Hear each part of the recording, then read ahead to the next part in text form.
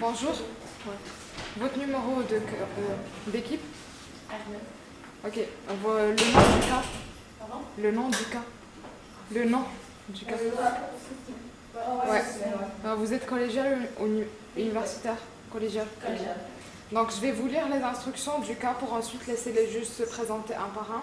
Donc vous disposez de 15 à 20 minutes afin de présenter votre solution au juge.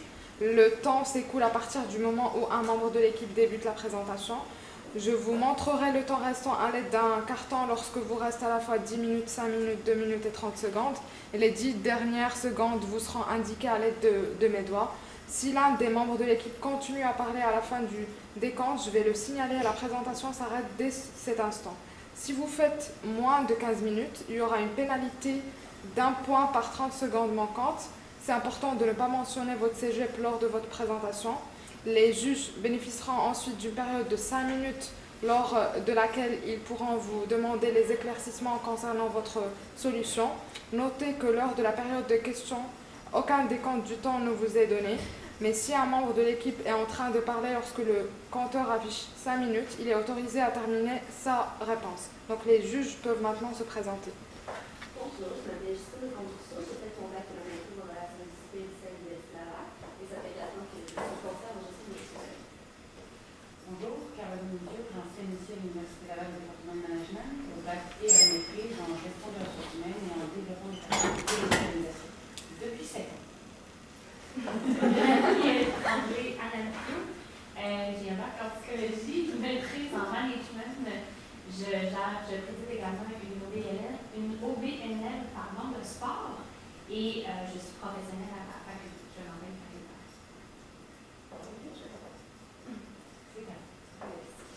Donc, bonjour. En fait, Mélanie Breton, Marie-André Labouche et moi-même, Corinne Malencossel. Aujourd'hui, on est ici pour vous présenter, la solution, le remède à vos mots, sans vouloir faire de jeu de mots. Donc, nous voilà. Alors, pour débuter, je vais vous faire la présentation de notre présentation. Donc, d'abord, on va commencer avec une brève introduction, suivie du FFOM. On va ensuite vous présenter, vous rappeler le mandat auquel nous devions répondre. Par la suite, on va poursuivre avec les problématiques, nos solutions, puis établir l'échéancier, le budget à ceux-ci, en terminant avec une courte conclusion. Donc, fondé en 1960 à la ville de Montréal, le journal étudiant a ensuite déménagé en 1972 à Vanier. Aujourd'hui, il compte des 593 855 exemplaires à son actif. En 2014, ils ont ouvert une implantation de leur site web qui ont également mis à jour tout dernièrement. Donc, on va traiter en fait des forces, faiblesses, opportunités et menaces. Bon, pour les forces, premièrement, c'est très, comment je peux dire, oui, c'est ça, accessible. Donc, c'est un journal qui est très accessible pour les lecteurs autant que pour les rédacteurs qui désirent peut-être faire une carrière dans ce journal. Donc, pourquoi? C'est parce qu'il traite de des sujets très divers, donc des sujets qui sont simples à lire, des sujets légers, mais que depuis quelques temps, en fait, ils essaient de se diriger vers aussi des sujets plus sérieux, comme la politique qui traite sur leur site Internet. Aussi, c'est un journal qui ouvre les portes aux jeunes, donc qui désirent avoir des jeunes dans leur entreprise. C'est très bien pour ceux qui sortent en fait tout juste d'un diplôme. Ensuite, c'est aussi très bien implanté à travers le Québec. Ils distribuent leurs journaux dans la ville de Québec et ses arrondissements jusqu'à Montréal et Saguenay. Donc, ils sont une force à ce moment-là, ils sont bien implantés parce que ça fait déjà plus de 40 ans qu'ils existent. Et puis ensuite, oui, le positionnement. Donc, c'est ça, ils ont un positionnement pour tout ce qui est papier, en fait, un positionnement donc, avec des sujets divers, ce qui est un peu plus sujet farfelu, qu'est-ce qui s'est passé avec telle célébrité salée, mais aussi, comme on peut dire, s'étend vers d'autres horizons. Donc, son implantation autant, un positionnement autant du niveau divers que du niveau politique. Et puis ensuite, donc les faiblesses, conditions de travail, c'est un grand problème là-bas, en fait, chez vous. Donc, problème parce que les horaires sont variables. Les conditions de travail sont souvent de soir, des fois il faut aller sur les terrains durant la nuit pour aller voir ce qui s'est passé.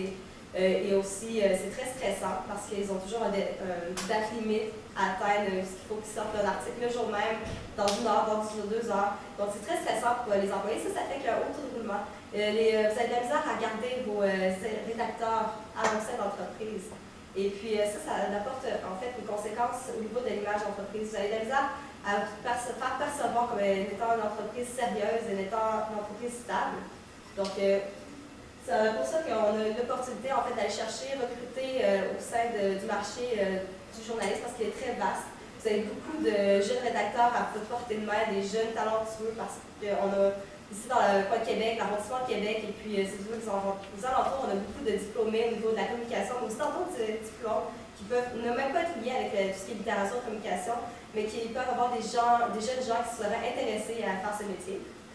Et ensuite, une menace, c'est qu'il y a aussi un marché de journalistes. Donc, la concurrence est forte. C'est un marché qui est déjà bien occupé par d'autres concurrents. On peut parler du Journal de Montréal, du Journal de Québec, La Presse, Le Devoir. Et puis, tous les petits journaux résidents de petites municipalités comme les journaux Le Devoir, si je ne me trompe pas, à Lévis, et puis les journaux étudiants de chaque établissement de secondaire. Donc, c'est dur de se frayer un chemin et puis de trouver les bons talents pour les recruter chez vous, en fait. Ensuite, le mandat. Donc, c'est trouver une solution, en fait, pour recruter des jeunes talents et les garder au sein de l'entreprise, tout en ayant un recrutement proactif, mais ne pas non plus oublier qu'il faut, excusez-moi, qu'il faut garder les on va recommencer, là. Donc, en fait, c'est ça. Pour recruter les jeunes talents, les garder au sein de l'entreprise, et puis ne pas oublier non plus que il faut qu'on regarde cet aspect qu'on a de l'image d'entreprise qui est sujet. Comment je peux dire? Excusez-moi, là, je cherche pas le mot. Hein? Ben, en fait, c'est ça, c'est que faut garder l'image de sujets divers tout en étant des sujets plus passionnants pour garder l'image du journal. Donc voilà, votre entreprise va donc gérer un problème d'un haut taux de roulement et ainsi augmenter sa crédibilité auprès de ses lectorats. Donc, vous faites face à 2 défis qui est de diminuer votre taux de roulement désolé, et être reconnu comme étant un journal qui est plus sérieux, plus stable. Donc, nous avons donc une solution ultime à vos problèmes, c'est de fidéliser vos employés. Donc, premièrement, pour fidéliser les employés, nous avons pensé faire du recrutement. Ensuite, quand le recrutement est fait, de bien se concentrer sur le processus de l'accueil et l'intégration pour que les gens qui rentrent dans votre entreprise se sentent acceptés, se sentent bien dans votre entreprise. Ensuite, pour les employés que vous allez engager et les employés qui sont déjà dans votre entreprise, nous avons pensé que vous pourriez leur offrir des avantages. Donc, pour qu'ils aient envie de rester dans votre journal, qu'ils n'aient pas envie d'aller vers un autre journal, un autre domaine. Et enfin, nous avons pensé faire des équipes de travail pour solidifier les liens, pour que le monde rassemble leur intelligence, leur idée tous ensemble pour faire des meilleurs articles, avoir des meilleures idées.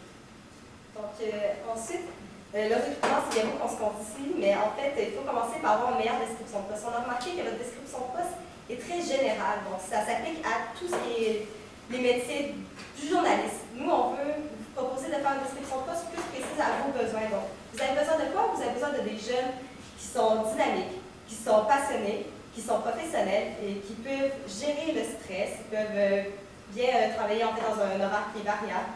Donc, c'est très important de l'appliquer dans votre description de poste parce que ça va aider en fait, à faire un meilleur recrutement, parce que en fait, vous allez vous baser, votre sélection va se baser sur cela. Donc, en fait, vraiment rétablir la description de poste avec ces caractéristiques-là que je viens de vous donner.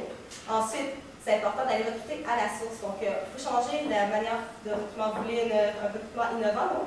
Donc, comment on a fait? On s'est dit faire un partenariat avec les universités et les cégeps. On fait tous les établissements postsecondaires, faire un recrutement en faisant des concours.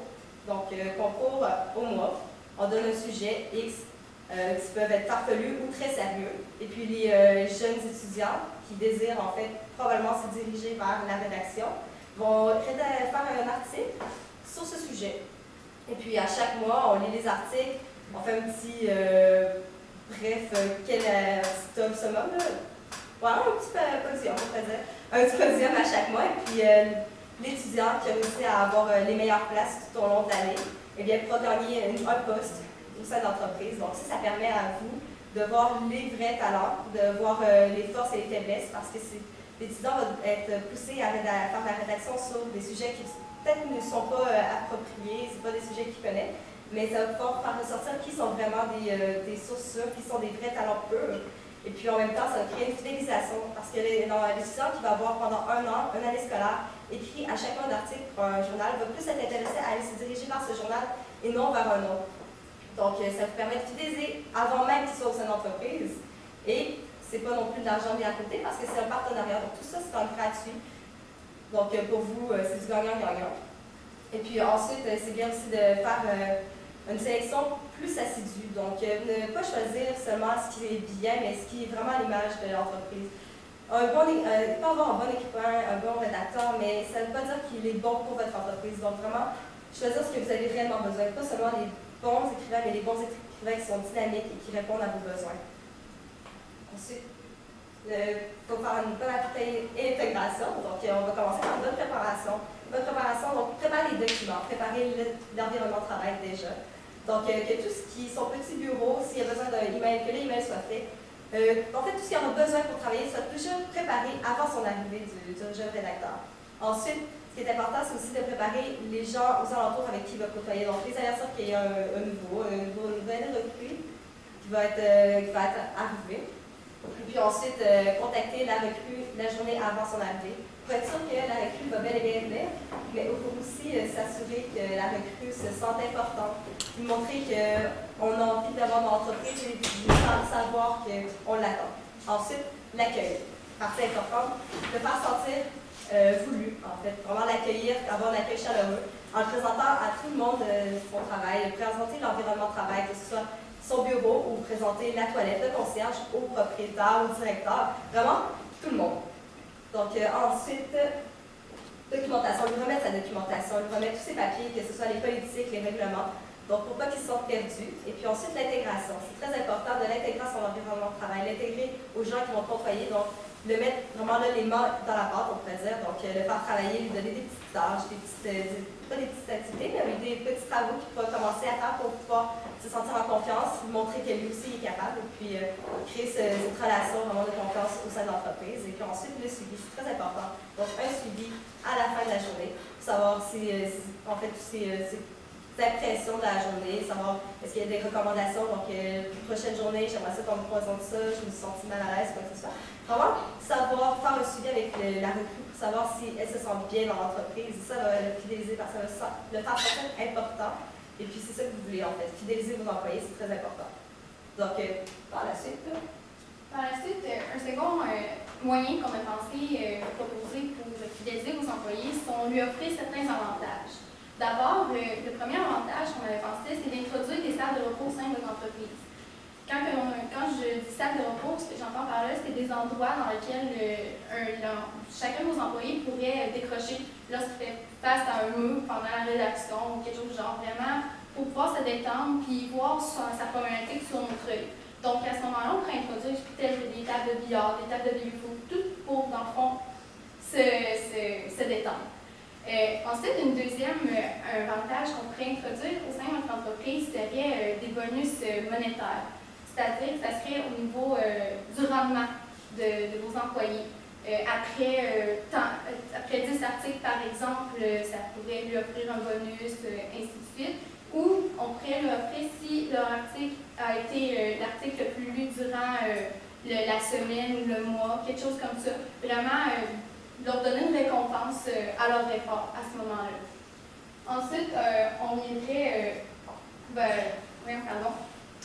apporter l'aspect du progrès de l'avancement. Leur proposer leur faire comprendre qu'il est possible d'avancer au sein de l'entreprise. Donc, ça va les motiver justement à donner toujours le meilleur d'eux-mêmes et leur montrer que leurs efforts sont vraiment récompensés et qu'il est possible d'avoir toujours de l'avancement qui ne stagne pas en quelque sorte. C'est ça. Puis, finalement, travailler au niveau des variations des horaires de travail. C'est plate pour celui qui est souvent amené à travailler le soir. Donc, faire un roulement des horaires, ça permettrait d'avoir un certain équilibre de vie. Donc, les employés se sentiraient mieux et préféreraient ainsi peut-être rester chez vous à ce moment-là. Ensuite, finalement, le dernier aspect au niveau de la féminisation, ça serait d'introduire des équipes de travail. Introduire des équipes de travail, ça serait à ce moment-là apporterait une synergie au sein de l'entreprise. Les personnes pourraient, au sein de chacune des équipes, pourraient partager leurs connaissances et leurs savoirs, donc améliorer les articles de chacun. Ça permettrait d'être ainsi plus structuré et à renforcer également les liens et les liens d'appartenance aussi au sein de l'entreprise. Donc, ils se sentiraient vraiment chez eux, donc seraient ainsi fidélisés. Donc, pour les chantiers, dans le fond, ce qu'on ferait à court terme, ça serait le recrutement, parce que dans le fond, c'est vraiment comme le plus gros problème dans votre entreprise, c'est d'aller chercher des nouvelles personnes qui vont être capables d'écrire le genre d'article que vous voulez. Donc, dans le fond, de trouver des personnes qui seront plus à l'aise avec ce que vous voulez, parce que là, dans le fond, vous voulez des personnes qui vont parler plus de politique, des sujets plus sérieux. Donc, d'aller en recrutement pour trouver les personnes dont vous avez besoin grâce à votre description de poste. Ensuite, ça serait les salles de repos qu'on trouvait très importantes de mettre en place rapidement parce que, dans le fond, le monde, quand ils sont stressés, quand ils travaillent sous pression, souvent, c'est ça qui les fait décrocher, c'est ça qui les fait perdre leur idée. Donc, on voulait instaurer les salles de repos dans votre entreprise rapidement pour que les personnes puissent se sentir mieux rapidement, dans le fond, qu'ils puissent avoir la chance d'avoir des moments de repos, des moments de décrochage dans votre entreprise. Ensuite, ce qu'on ferait à moyen terme, ça serait les équipes de travail pour, comme on avait mentionné plus tôt, renforcer les liens, renforcer les idées, que le monde mette leurs idées en place pour que les articles soient meilleurs. Ensuite, ça serait l'accueil et l'intégration pour les nouvelles personnes. Dans le fond, quand vous partez en recrutement, premièrement, à court terme, le recrutement. Ensuite, quand les nouvelles personnes sont dans l'entreprise, eh bien, de faire en sorte qu'ils se sentent bien, qu'ils soient à l'aise chez vous. Puis, le suivi. Dans le fond, un suivi à court terme avec les nouvelles personnes, faire un suivi après une journée, une semaine, un mois.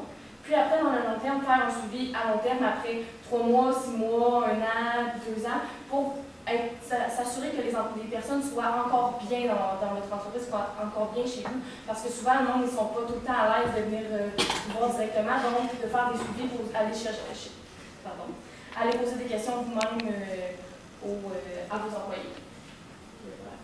Pour le budget, dans le fond, on a 45% pour le recrutement parce que c'est vraiment ça le gros du problème, d'engager de nouvelles personnes. Donc, on avait axé nos solutions sur le recrutement. Ensuite, on a 25% pour les salles de repos, parce que comme j'ai mentionné plus tôt, dans le fond, ce que vous voulez, vous, c'est que le monde puisse livrer la marchandise, qu'il puisse écrire les articles comme vous voulez. Donc, les salles de repos, c'est important parce que c'est ça qui va les aider à vraiment écrire le plus d'articles possible, tout en n'étant pas dépassé par les événements, puis en n'étant pas tout le temps sous la pression. Ensuite, on a les bonus en argent, puis des représentants pour les représentants, en fait, c'est pour aller dans les écoles, l'université, pour aller pour les partenariats. Donc, c'est sûr, pour vendre nos idées, il faut des représentants, donc 18% pour les représentants, parce que c'est important que ce soit des bonnes personnes qui soient capables de vendre vos idées. Puis le 18% pour les bonus en argent. Je pense que j'ai dit 18% pour les représentants, 12%, pardon. Le 18% pour les bonus en argent, parce que comme j'ai mentionné encore, de livrer la marchandise. Donc, si on offre des bonus en argent après 10 articles d'écrit, l'article le plus lu dans une période donnée, bien, en ayant des bonus en argent, le monde vont plus être motivés à écrire les articles. Donc, pour conclure, en fait, comme on peut voir, tout commence par le recrutement. Le recrutement, donc, c'est vraiment la table principale. Ensuite, on poursuit avec la fidélisation, qui est le but ultime. Et puis, le suivi, qui est toujours important. Et tout ça, ça permet de, en fait, emmener vers la réussite. Donc, le succès de ce qu'on vous voulez, c'est de garder les gens au sein de votre entreprise et diminuer le taux de roulement. Donc, voilà les étapes. On espère que ça vous a vraiment aidé, puis on espère que vous allez pouvoir les appliquer. Merci.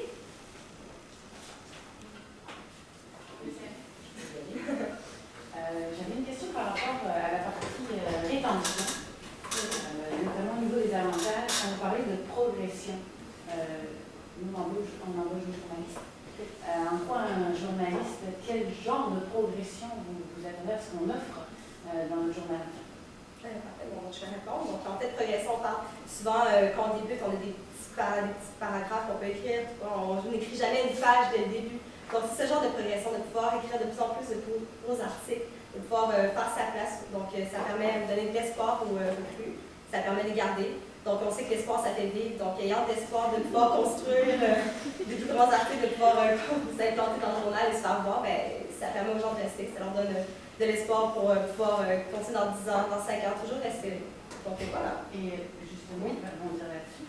Quel est le critère, ou quels sont les critères qui seraient utilisés pour faire progresser un journaliste? Je crois que ça serait la créativité. C'est très important. Donc, avoir un journaliste qui est créatif, qui est toujours sur les lieux, qui ne jamais va pas en fait, remettre à demain des articles qu'il doit faire. Quelqu'un qui est toujours sur place, qui est dynamique. Je crois qu'en fait, c'est quelque chose qui est à l'image du journal. Donc, quelqu'un qui est capable de performer selon ses critères va pouvoir justement peut-être avoir des petites récompenses pour que tu progresses. Moi, j'ai une question, un commentaire. En fait, quand vous parlez de votre budget, vous parlez d'un pourcentage. Mais c'est le pourcentage. Le pourcentage, je sais pas, en fait, ça serait un pourcentage sur votre budget annuel que ça qui est prêt à poser. Donc, nous, en fait, on n'a pas les chiffres, et qu'on n'a pas en comptabilité, mais on est capable de donner une bonne idée de combien il faudrait investir pour pouvoir réaliser le projet, réaliser en fait, les étapes nécessaires à votre succès. Donc, ça, ensuite, c'est à vous de décider combien vous êtes prêt à investir dans le projet, mais nous, c'est plus une piste, vraiment un conseil qu'on peut. De rien. Moi, je reviens, première étape, fidélisation au niveau du recrutement, vous nous avez parlé de la description de poste, qui était peut-être, je trouve ça d'avoir bien saisi, trop généraliste, vous voudriez la rendre plus adapté à vos besoins, en fait, parce qu'on parle. Oui, parfait. Donc, vous avez besoin de jeunes dynamiques, n'est-ce pas? Parfait. Là, quand on lit en fait la description de poste, je crois qu'on peut être d'accord que ça parle en fait de radio, quand ça parle de télévision, quand ça parle de journaliste écrit. En fait, le journal étudiant se situe à l'écrit. Donc, il nous faut des jeunes qui sont prêts à remplir les caractéristiques qui sont nécessaires à pouvoir suivre le train de vie d'un journaliste à l'écrit. Donc, c'est pas la même chose d'écrire un journal qui doit être toujours actuel, qui doit être toujours, en fait, vraiment, je sais pas comment dire, en fait, en lien avec la réalité, alors que quand on fait de la télé, on sait qu'on présente entre telle heure et telle heure. Alors, c'est entre telle heure et telle heure qu'on présente. Alors qu'un journaliste qui est écrit, ça peut être n'importe quand, qui doit se présenter sur les lieux d'un accident, les lieux d'un événement, ou doit relater quelque chose dans son journal. Donc, c'est différent comme train de vie, c'est différent aussi comme les qualités qu'on a besoin. Donc, voilà pourquoi il faut l'adapter à vos besoins, l'adapter à qu'est-ce que c'est la réalité d'un rédacteur ou journal étudiant. Merci beaucoup.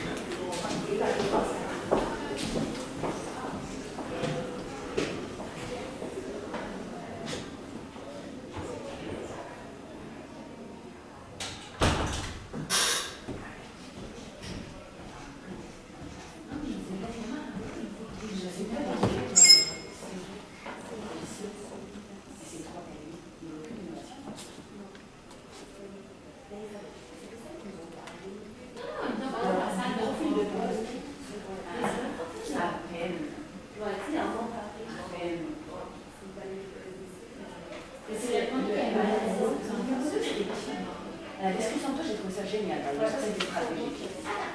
Ils nous ont parlé au niveau des avantages, des bonus, les heures de repos, programme d'avancement, variation d'horaire, équipe de travail. C'est pas mauvais. C'est pas mauvais parce que C'est pas mauvais, mais c'est quoi la deuxième? Je me souviens plus. C'est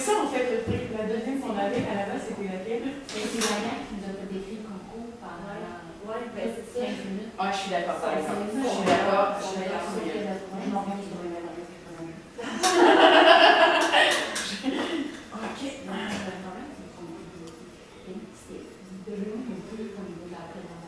Oui, au début, après ça, c'est qu'on va faire. Ouais, Les trois, mais oui, ça, je suis d'accord avec toi. Il est à 40, on va pas le dire.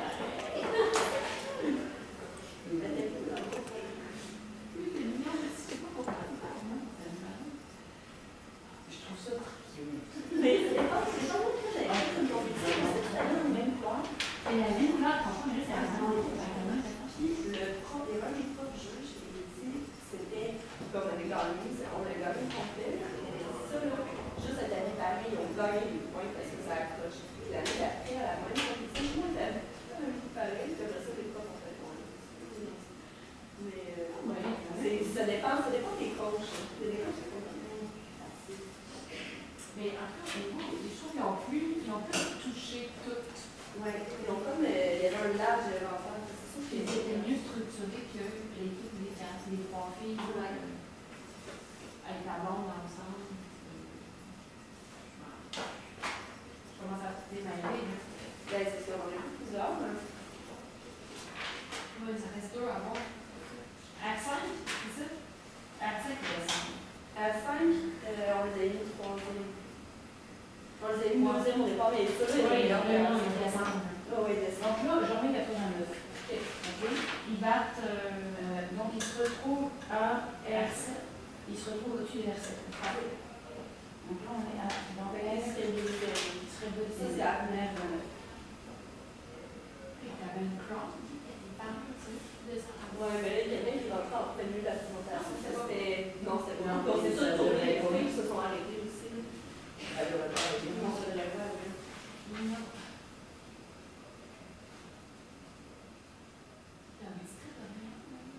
Mais en termes de présentation, non, c'était une soirée télévisée à Noël. C'était des gens qui étaient. J'avais un pyjama One Piece de Carmen. Excusez, est-ce que je peux... Ouais.